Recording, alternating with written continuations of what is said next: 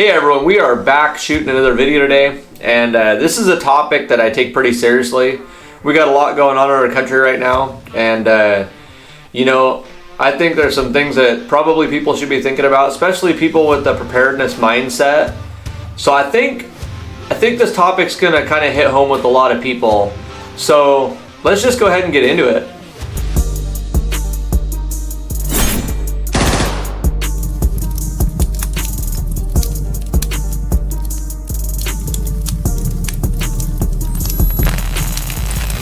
Today we're talking about EDC, or everyday carry. So we picked up a new EDC bag, and I kind of want to talk about this a little bit. So I think with a lot of the way things are going in the world right now, you got the possibility of World War III and a lot happening there. You got talks of terrorist attacks and an uprising terrorist attacks. You've got a lot of shootings taking place and just a lot of things. I think it's good to be ready. If you got family or you're someone you're concerned for your safety, it's good to have some EDC. So one of my main EDC items is my 9mm concealed pistol. I mean, it's nothing fancy, it's just a little Taurus, but it shoots well and it never failed me. I've put a lot of rounds through this little handgun. So it's been good. It's just a little 7+1. And that's always been part of my EDC for probably the last 6 or 7 years. But I kind of want to go in a little bit deeper, because with everything happening, I mean, if something major took place and you were, say, at work and you were 20 miles from home or 30 miles from home, or you were out of town a long ways away and you need to get home, having a get home bag is important, and that's what we're talking about today. An EDC bag or a get home bag, something you can throw by the front door, and whatever vehicle you're taking, you grab that bag and throw it behind the seat or throw it in the trunk. So I'm going to kind of break down what I'm doing in my EDC, and we'll kind of talk about item by item per item. So my EDC has, for one, it's got an IFAK. I'll kind of talk about that. I've got a military grade medical kit on the front, and it's the kind of, you pop this little latch and you can rip it off, and you can take it as a trauma kit. You can take it wherever you need to. If something happened, you're addressing, say, a mall shooting or something takes place and you need to help some people, this has got a trauma kit in it.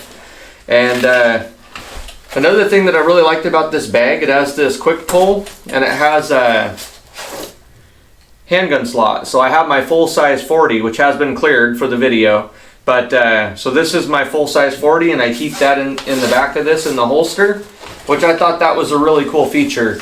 And so some other things that I'm going to keep in here is, you know, I have my magazine that goes in my concealed carry, but I also have another magazine that I can put, it has mag slots inside this bag.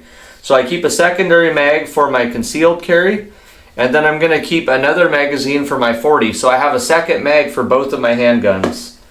And another thing I'm going to keep is a flashlight. I really like this little stream light.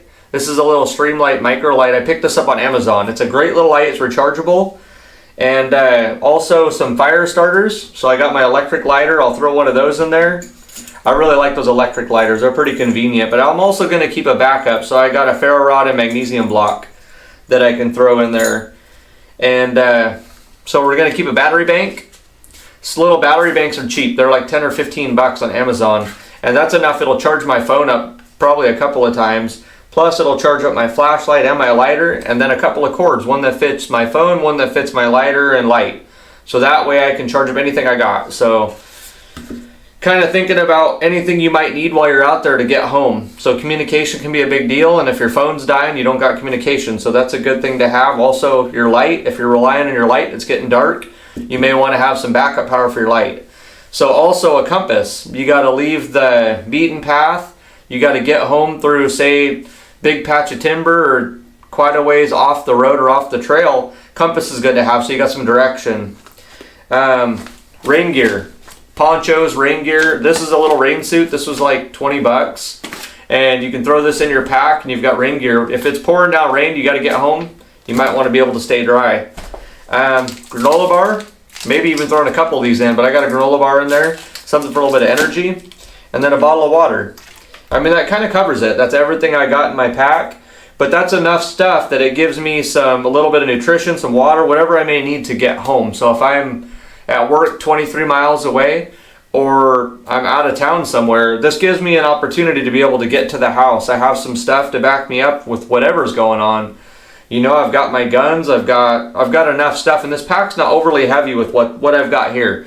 You know, this is maybe a 10-pound pack, 10 or 12 pounds with everything in it. It's not too bad. So just something to think about, guys. You know, EDC is important, and I think with the way things are going, probably ramping our EDC up a little bit's huge. So if you guys got anything to add to this, or you got your own EDC, let me know. Share in the comments. Let's talk about it. I'd love to hear what you guys are doing. So keep on prepping. Thanks for watching. If this is the kind of thinking that speaks to you, hit subscribe. I'll be covering gear, prepping systems, homestead tactics, and off-grid survival. Don't get caught off guard. Let's get ready together.